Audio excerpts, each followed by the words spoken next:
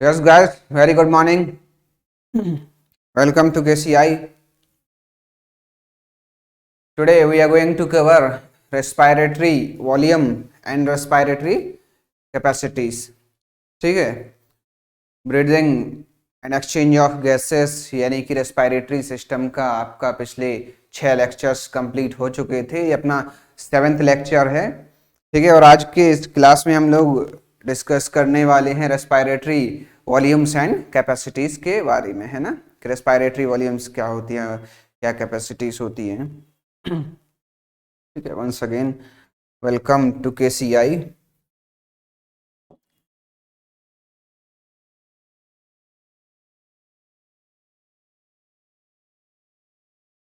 देखिए, respiratory volumes and capacities की अगर अपन बात करें, ठीक है, तो जो इंस्ट्रूमेंट रेस्पिरेटरी वॉल्यूम्स को मेजर करने के लिए हेल्प करता है उसको बोलते हैं स्पायरोमीटर।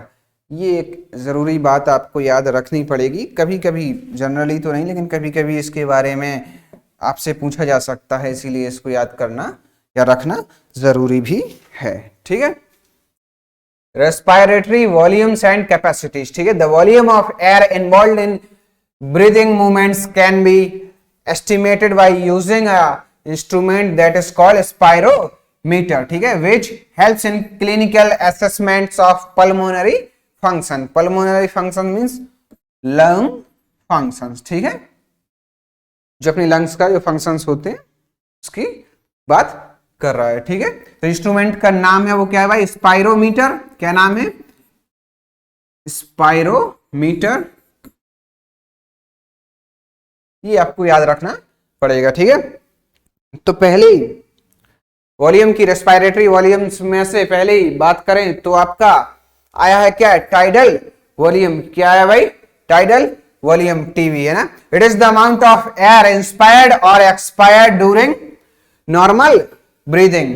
भाई, जो नॉर्मल ब्रीदिंग के टाइम पे जो एयर, जो हवा इंस्पायर की जाती है या एक्सपायर की जाती है, मतलब कहने का सिंपल सा ये है कि भाई जब अपन नॉर्मली ऐसे आमतौर पर आम जिंदगी में खड़े बैठे नॉर्मल जो हवा अंदर लेते हैं या बाहर फेंकते हैं, वो जो नॉर्मल वॉल्यूम होता है उसको ही क्या बोलते हैं अपन? टाइडल वॉल्यूम बोलते हैं। उसको ही क्या बोलते हैं? टाइडल वॉल्यूम बोलते हैं। It's value for man is about 500 ml। कितना भाई? 500 ml टाइडल वॉल्यूम, है ना। टाइडल वॉल्यूम की बात कर रहे हैं, इसकी वैल्यू कितनी है? 500 ml। ml का मतलब क्या है भाई? मिलीलीटर। ठीक है ना भाई। तो टाइडल वॉल्यूम कितना आपका? 500 ml। Whole inspired air does not reach up to the lungs, है ना। जितनी अपन एयर इंस्पायर करते हैं नॉर्मली, वो पूरी लंग्स तक, अपने फेफड़ों तक नहीं पहुंचती है। The portion of air which remains in the respiratory tract is called anatomical dead space. जितनी एयर 150 ml होती है, 150 ml के लगभग, है ना। कितनी होती है? 150 ml, 150 ml ऑफ एयर। जो अपन ने 500 ml एयर इंस्पायर की नॉर्मली अंदर ली, उसमें से 150 ml एयर अपने रेस्पिरेटरी ट्रैक्ट में ही रह जाती है। उसको बोलते हैं क्या? एनाटॉमिकल डेड स्पेस, है ना। एनाटॉमिकल डेड स्पेस वॉल्यूम बोलते हैं उसके। और उसकी वैल्यू कितनी होती है? 150 ml, यानी कि आपकी 150 ml of air respiratory tract में ही रह जाती है।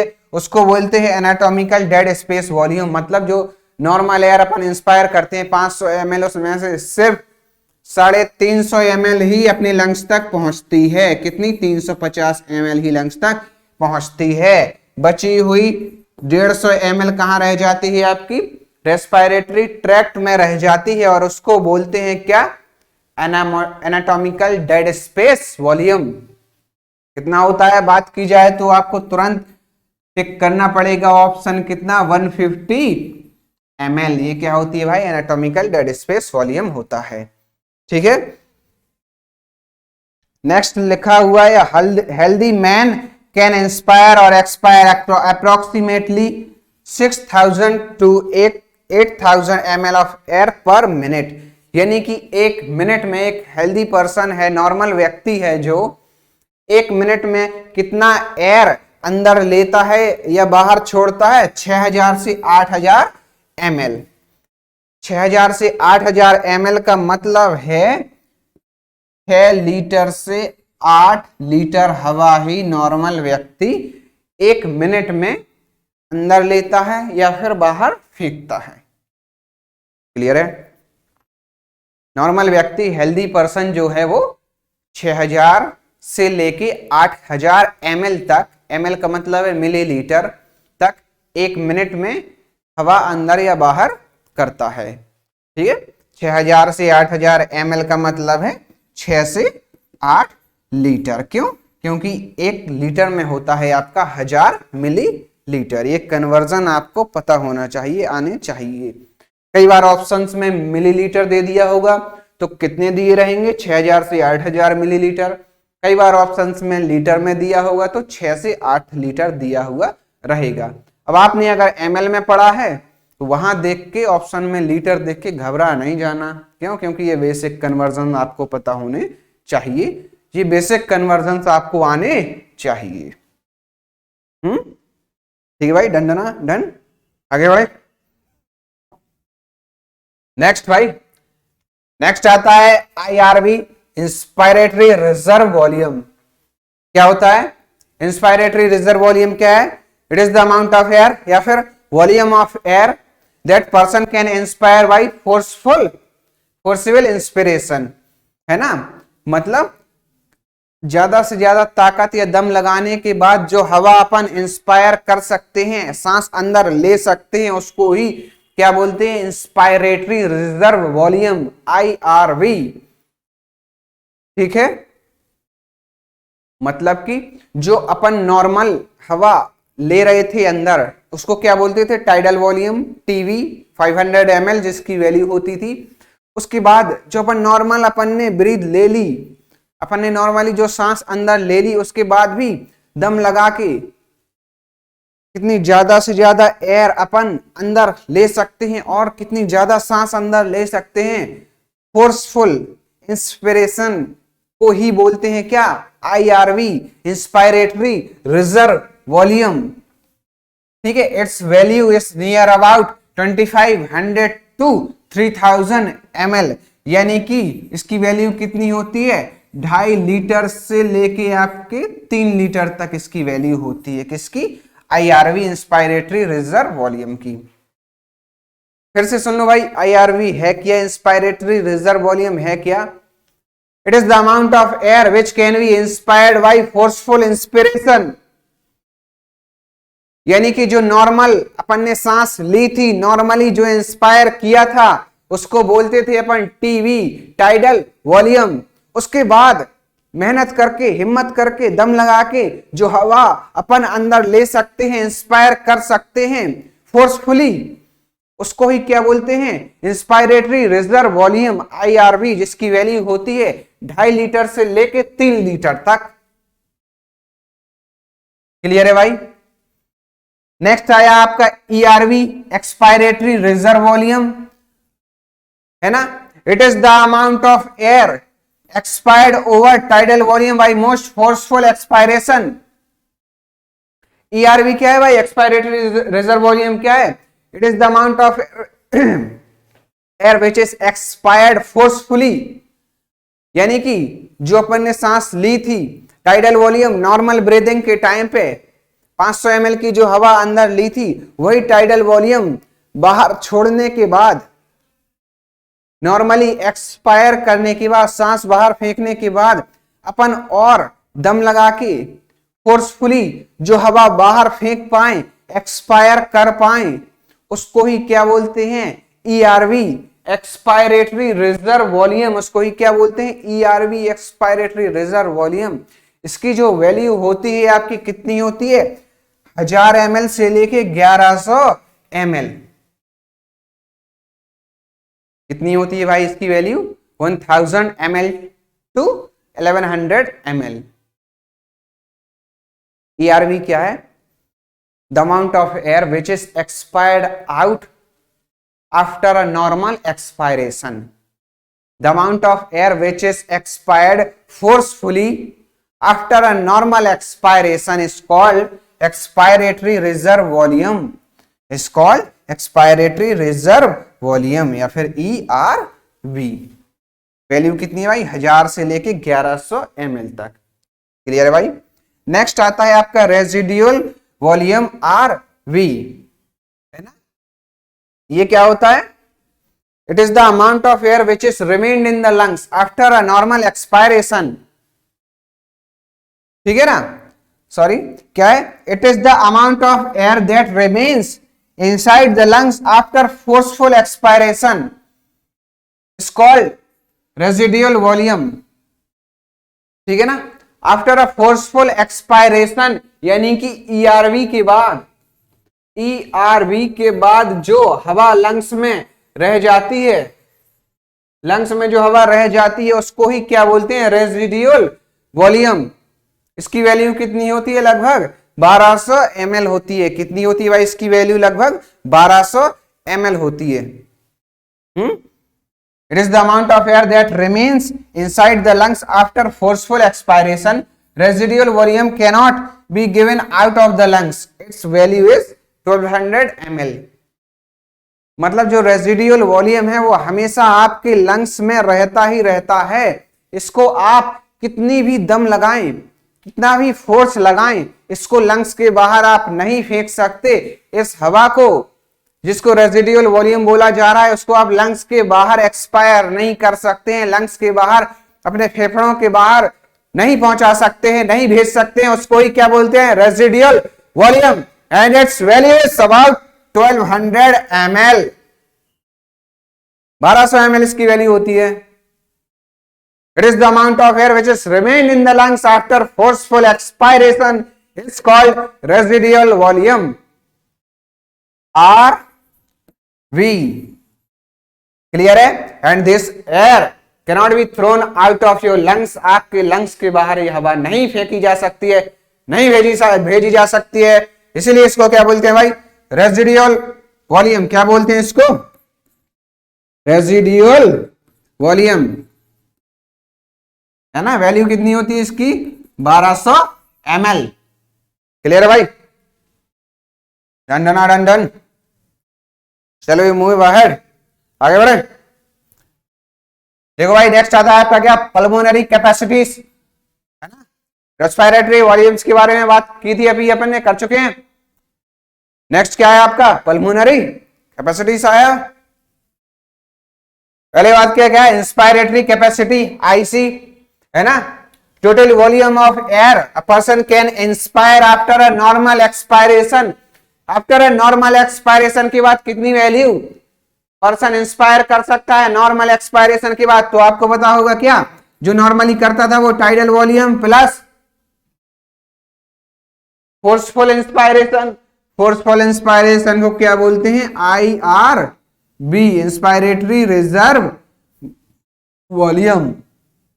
ठीक है ना, ये हो गया आपका क्या, tidal volume plus IRV, inspiratory reserve volume, है ना। टाइडल वॉल्यूम की वैल्यू आपकी क्या होती थी भाई, 500 ml प्लस IRV की वैल्यू क्या होती थी आपकी, 2500 से लेके 3000 ml, है ना। 2500 से लेके 3000 ml होती थी। ठीक है, हाँ, तो यहां पे आपका क्या 3000 ml अप्रोक्स लिखा गया है। तो टोटल आपकी जो IC इंस्पायरेटरी कैपेसिटी की वैल्यू हो जाएगी वो आपकी क्या हो जाएगी, 3500 ml। ठीक है, हाँ, यहां के हिसाब से अगर अपन बात करें तो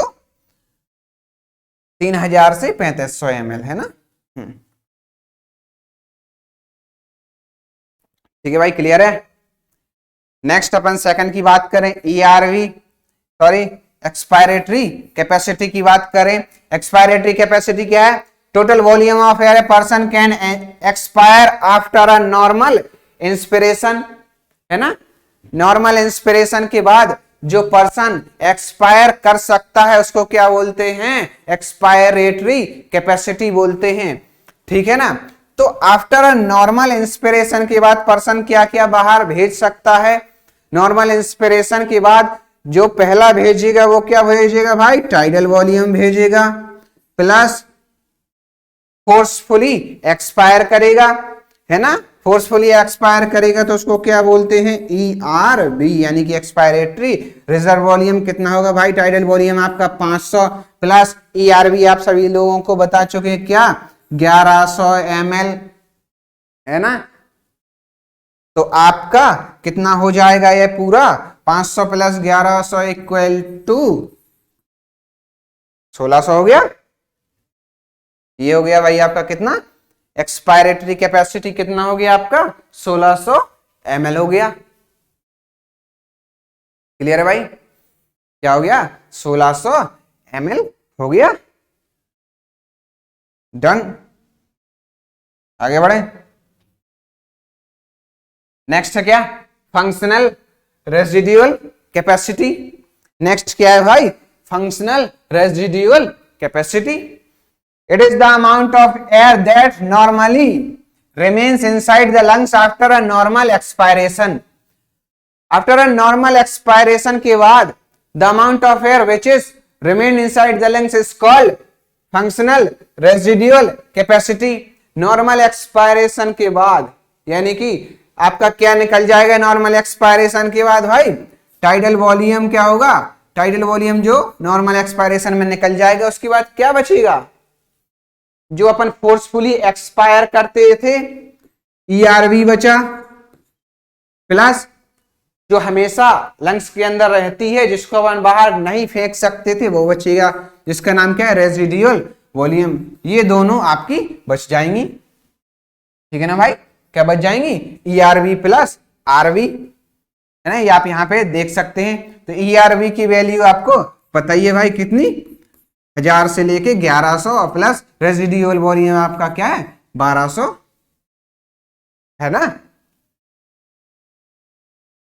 ठीक है। ERV आपका क्या है, 1000 से लेके 1100 होता था, हाँ क्लियर है। तो यहाँ पे अपन ने 1000 ml लिख रखा है, ठीक है, अप्रोक्स। RV क्या है, रेजिडुअल वॉल्यूम 1200 ml जो हमेशा ही रहता है। तो फंक्शनल रेजिडुअल कैपेसिटी की वैल्यू कितनी हो जाएगी आपकी, 2200 ml से लेके 2500 ml तक। डन, कोई समस्या, कोई इश्यू, कोई दिक्कत नहीं होनी चाहिए, ठीक है भाई, हाँ समझ गए क्या है।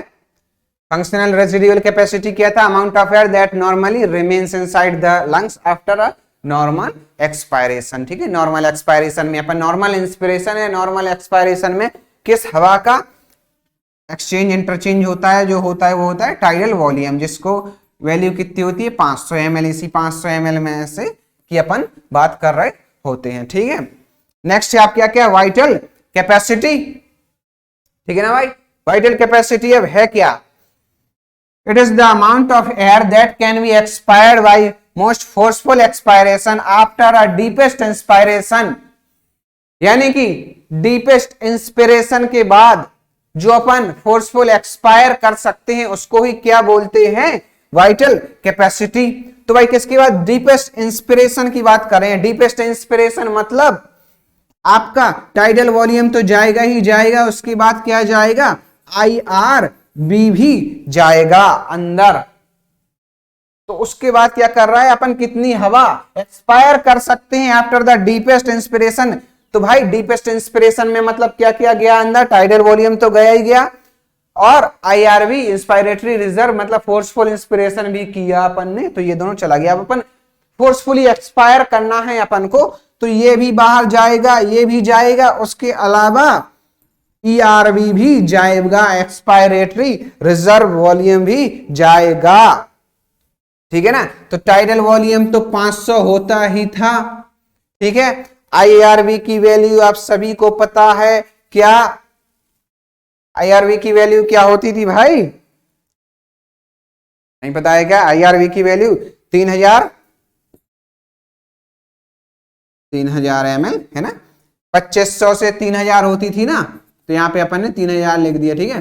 2500 ml से लेके 3000 इसकी वैल्यू होती थी। ERV की वैल्यू क्या है भाई, यहाँ पे अपन 1100 ले लेंगे, ठीक है ना, 1100 ले लेंगे, ठीक है। और जबकि इसकी 1000 से 1100 अपन ने मान के चले थे, कितनी अप्रोक्स 1000 से 1100 ml ERV की वैल्यू अपन इसको मान के चले थे, ठीक है ना।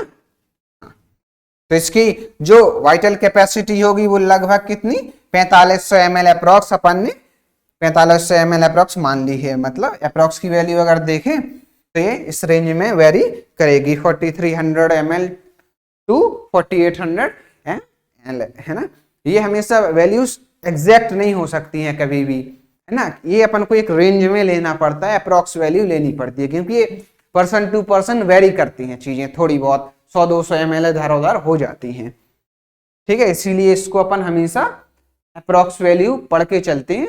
वो क्वेश्चन में ऑप्शन के हिसाब से आपको देखना पड़ेगा कि ऑप्शन में क्या चीज दिया गया है, उसी के रेंज में दिया गया है तो उसी के अंदर आपको टिक करना पड़ेगा, ठीक है। डन आगे बढ़े भाई, लो भाई आगे बढ़ गए।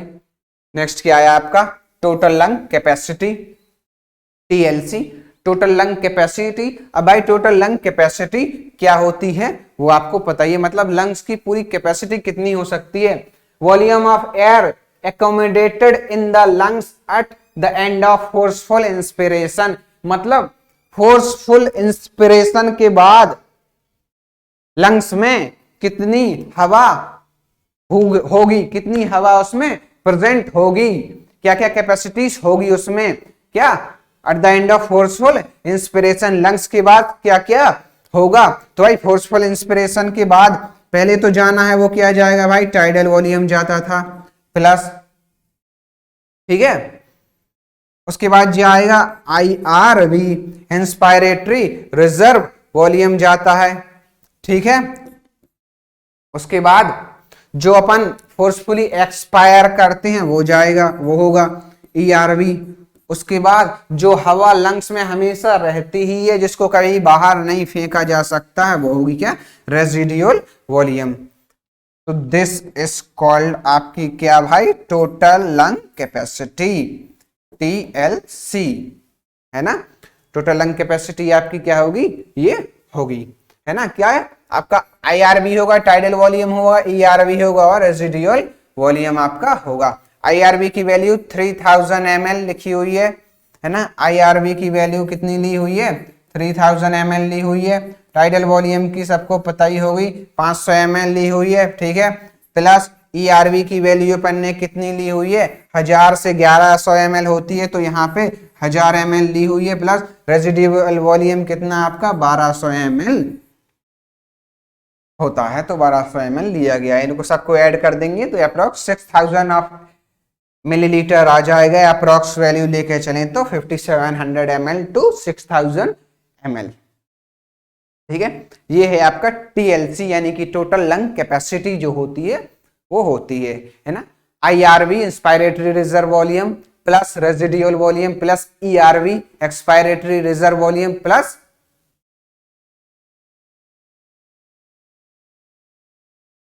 कौन सा आपका tidal volume 500 of ml। Clear है, ठीक है भाई। तो ये सब रेस्पिरेटरी वॉल्यूम्स एंड कैपेसिटीज के बारे में हमने आज ये देखा, ठीक है। उसके बाद अगर अपन बात करें तो कुछ इंपॉर्टेंट क्वेश्चंस इससे ही रिलेटेड अपने क्या क्या बनते हैं वो क्वेश्चंस अपन हाथ के हाथ लगे हाथ देख लेंगे, ताकि बहुत ज्यादा समस्या आपको इसमें हुई ना हो, और इस ही कॉन्सेप्ट को आसानी से समझने के लिए कुछ क्वेश्चंस अपने पास हैं, उस क्वेश्चंस को भी अपन देखेंगे। क्या, if expiratory reserve volume is 1100 ml and residual volume is 1200 ml and tidal volume is 500 ml, what shall be the functional residual capacity। ये क्वेश्चन उसने बना के दिया हुआ है, हर एक कैपेसिटी दे दी है, उसके बाद पूछा है क्या, फंक्शनल रेजिडुअल कैपेसिटी क्या क्या होती है। तो भाई फंक्शनल रेजिडुअल कैपेसिटी होती क्या है, पहले आपको वो पता होनी चाहिए। तो फंक्शनल रेजिडुअल कैपेसिटी आपकी क्या होती है, ERV प्लस आपका जो नॉर्मल क्या होता था, इसमें टाइडल वॉल्यूम तो इंक्लूड होगा ही नहीं, ये आपको पता है। इसमें नॉर्मल क्या इंक्लूड होगा भाई, जो रेजिडुअल वॉल्यूम होता था वो। तो ये आपकी क्या हो जाएगी, FRCN की फंक्शनल रेजिडुअल कैपेसिटी हो जाएगी। अब ERV की वैल्यू आप देख लेंगे कितनी है, 1100 प्लस रेजिडुअल वॉल्यूम की कैपेसिटी क्या है 1200 ml। तो 12 प्लस 11 इक्वल टू कितनी हो जाएगी, 2300 ml। 2300 ml आप देख लेंगे भाई, इसमें क्या है, सी ऑप्शन आपका करेक्ट हो जाएगा, है ना। क्या ऑप्शन करेक्ट हो जाएगा, सी ऑप्शन आपका इसका करेक्ट हो जाएगा। क्यों कि उसके बारे में पूछा था भाई, फंक्शनल रेजिडुअल कैपेसिटी के बारे में पूछा था, ठीक है ना। फंक्शनल रेजिडुअल कैपेसिटी मतलब क्या है, जो रेजिडुअल वॉल्यूम, उसके बाद जो एक्सपायरेटरी वॉल्यूम बचा हुआ होता था, ठीक है। मतलब इसका क्या होता था कि लंग्स में कितनी एयर बची हुई है आफ्टर नॉर्मल एक्सपायरेशन, है ना। नॉर्मल एक्सपायरेशन के बाद जो एयर आपके लंग्स में बची हुई होती थी उसको क्या बोलते थे, functional residual capacity. The amount of air which is remained in the lungs after a normal expiration is called functional residual capacity। Normal expiration के बाद क्या क्या लंग्स में बचा होता था, जो अपन फोर्सफुली एक्सपायर करेंगे वो बचा होता था, यानी कि ERV plus the amount of air which is always remained in the lungs which cannot be thrown out of the lungs is called residual volume, that is about 1200 ml of air। तो ये आपका 2300 ml हो जाएगा, ठीक है भाई। Next question आगे बढ़ेंगे, ठीक है भाई। Air filled in dead space is, आपको पता चल गया होगा कि ये बात कर रहा है भाई साहब डेड स्पेस वॉल्यूम की। किसकी बात कर रहा है, डेड स्पेस वॉल्यूम की बात कर रहा है, एनाटॉमिकल डेड स्पेस, ठीक है ना भाई। And the dead space volume आप सभी लोगों को पता होगा कितना होता था, 150 ml ऑफ एयर होता था क्या, anatomical dead space volume. The amount of air which is inspired in normal inspiration और expired in normal expiration is called tidal volume. Tidal volume and that is 500 ml, 500 ml। और इसी 500 ml में से 150 ml of air never reaches to the lungs, 150 ml कभी lungs तक नहीं पहुंचती है। That remain always in respiratory track,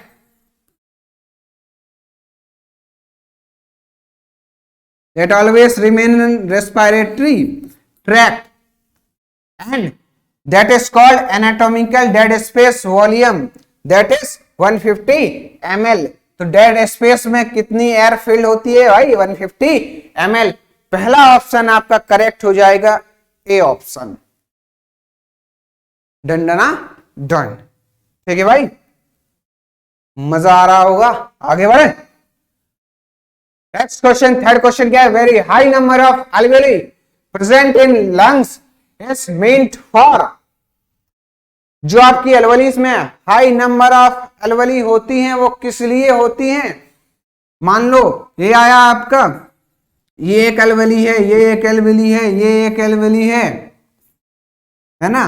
तो हाई नंबर ऑफ एल्वेलीज क्यों होती थी भाई, आपको पहले ही बताया था, क्योंकि ये जो एल्वेलीज का स्पेस है ये डिफ्यूजन के लिए काम आता है, डिफ्यूजन कराने में हेल्पफुल होता है। तो इसीलिए ज्यादा नंबर ऑफ एल्वेलीज होंगी तो डिफ्यूजन के लिए ज्यादा साइट होगी, ज्यादा उपलब्धता होगी जगह की, है ना। तो इसका ऑप्शन क्या हो जाएगा भाई, डिफ्यूजन से रिलेटेड कौन सा ऑप्शन है, more area for diffusion, B. इसका सेकंड ऑप्शन करेक्ट हो जाएगा क्या, more area for diffusion, diffusion के लिए ज्यादा एरिया मिल जाता है, ठीक है। तो ये ऑप्शन आपका करेक्ट हो जाएगा। नेक्स्ट क्वेश्चन देखेंगे, एक्सपायरेशन इन्वॉल्व्स।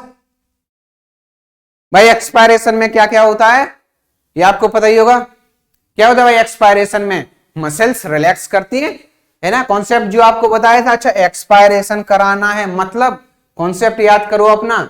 एक्सपायरेशन कब होगा, जब हवा अंदर से बाहर जाती है, अंदर से बाहर जाएगी हवा, तो क्या बोलेंगे अपन, एक्सपायरेशन।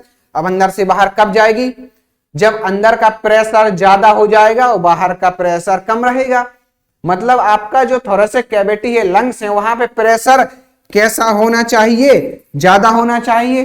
अब प्रेशर ज्यादा होना चाहिए तो वॉल्यूम कम करना पड़ेगा, लंग्स के अंदर का वॉल्यूम कम करना पड़ेगा, मतलब जगह कम करनी पड़ेगी। अब जगह को कम करनी पड़ेगी तो जो आपका डायफ्राम है उसको ऊपर शिफ्ट करना पड़ेगा और जो लंग्स है उसको अंदर की तरफ शिफ्ट करना पड़ेगा, है ना।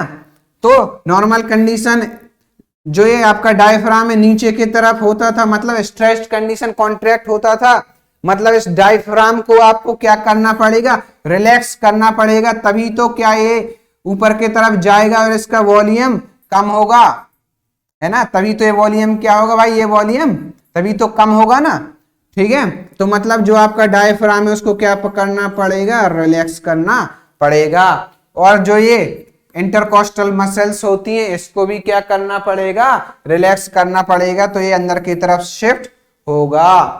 तो देखेंगे भाई डायफ्राम रिलैक्स कहां, लो पहले ही में लिखा हुआ है क्या, relaxation of diaphragm and intercostal muscles. भाई साहब बिल्कुल सही जवाब है, इसी को टिक कर दो। लेकिन ऐसी गलती तुरंत कभी मत करना एग्जाम हॉल में, सभी ऑप्शन ध्यान से जरूर पढ़ लिया करो। इसमें तो बहुत आसान, contraction of diaphragm, contraction of diaphragm, contraction of intercostal muscles, ये तीनों ही गलत बात है ना। डायफ्राम का कॉन्ट्रैक्शन होना ही नहीं है, ठीक है ना। तो आपका पहला ये ऑप्शन इसमें तो बिल्कुल सही हो जाएगा, क्या, relaxation of diaphragm and intercostal muscles का क्या होगा भाई, रिलैक्सेशन हो जाएगा। रिलैक्सेशन हो जाएगा तो वॉल्यूम कम होगा, वॉल्यूम कम होगा तो अंदर प्रेशर बढ़ जाएगा, अंदर प्रेशर बढ़ जाएगा तो हवा अंदर से बाहर की तरफ ही जानी पड़ेगी। तो वही कंडीशन फुलफिल कर देगी आपकी किसको, एक्सपायरेशन को। डन डना डन डन। क्लियर है भाई, कॉन्सेप्ट क्लियर हो रहे हैं, समझ में आ रहा है कि नहीं आ रहा है, क्लियर है भाई। हाँ आगे बढ़े भाई, आगे abdominal breathing refers to very normal breathing. आपको पहले ही बताया था कि जो नॉर्मल ब्रीदिंग होती है, नॉर्मल ब्रीदिंग जो होती है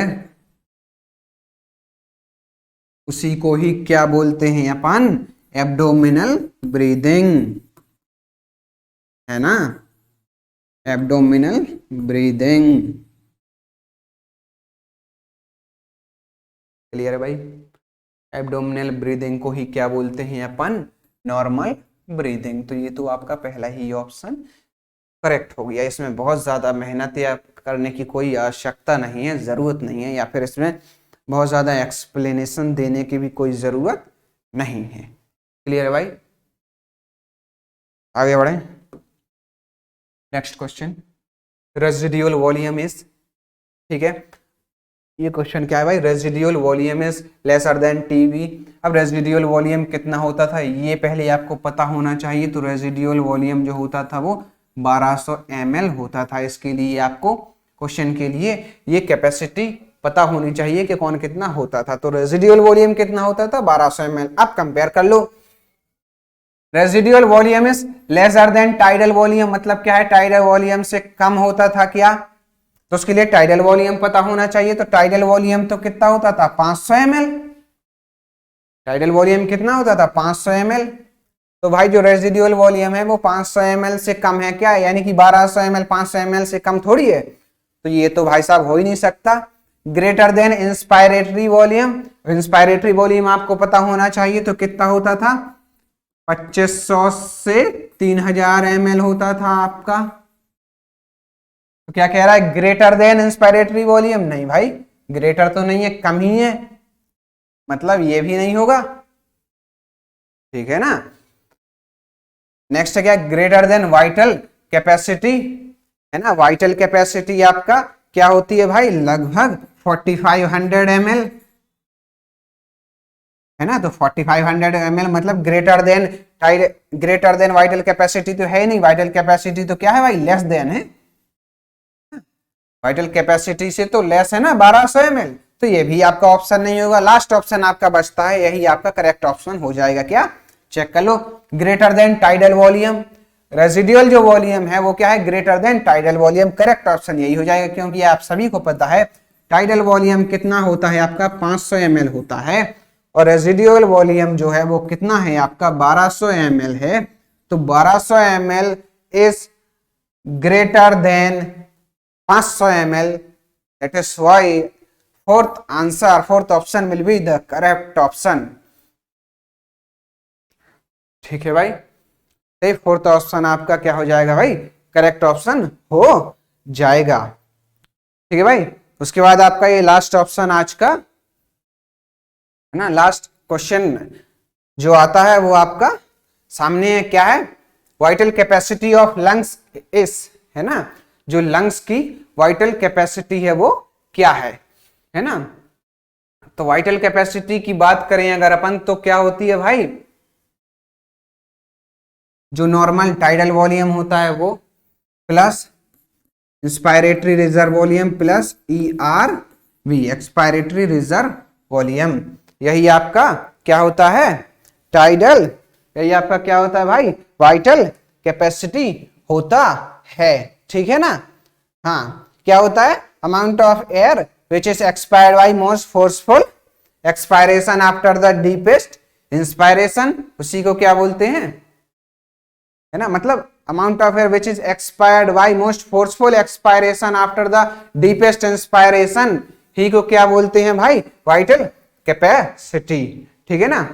तो आफ्टर अ डीपेस्ट इंस्पायरेशन क्या क्या एक्सपायर किया जा सकता है, डीपेस्ट इंस्पायरेशन मतलब IRV भी एक्सपायर किया जाएगा plus tidal volume plus ERV, क्योंकि ये क्या होता है भाई फोर्सफुल एक्सपायरेशन होता है।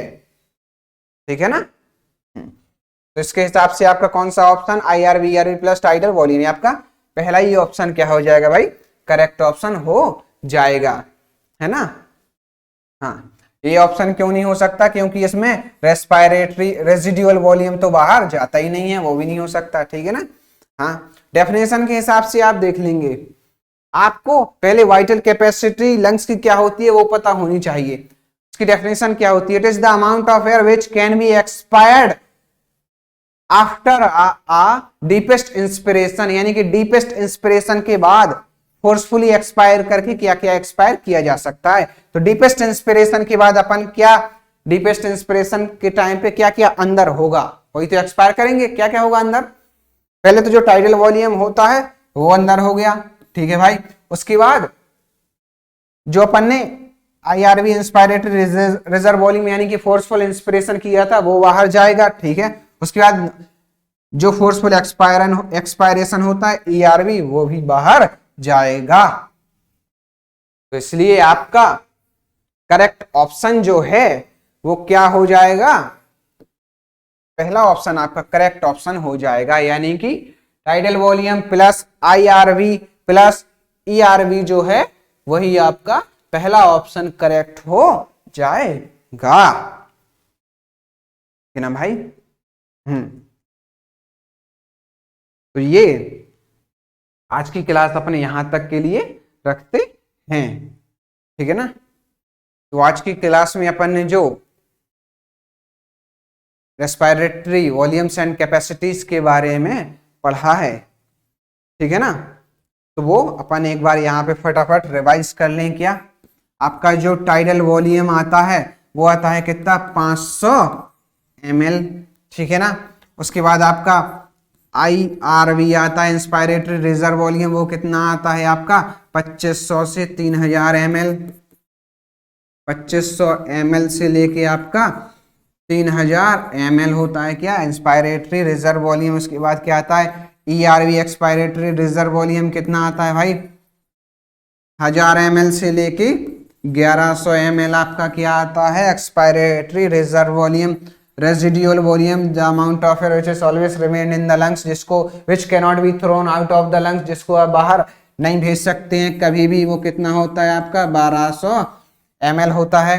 Anatomical dead space volume air जो होती है ना, जो रेस्पिरेटरी ट्रैक्ट में एयर रह जाती है टाइडल वॉल्यूम के टाइम पे, तो वो कितनी होती है आपकी 150 ml ऑफ एयर होती है। क्या है ये आपका डेड स्पेस वॉल्यूम।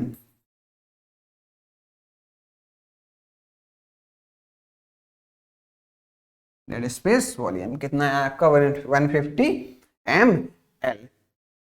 ठीक है ना। हाँ। तो आज की क्लास अपन यहाँ तक रखते हैं। अगली क्लास में अपन जो स्टार्ट करेंगे वो क्या भाई, एक्सचेंज ऑफ गैसेस अपन को अगली क्लास में स्टार्ट करना है। ठीक है ना।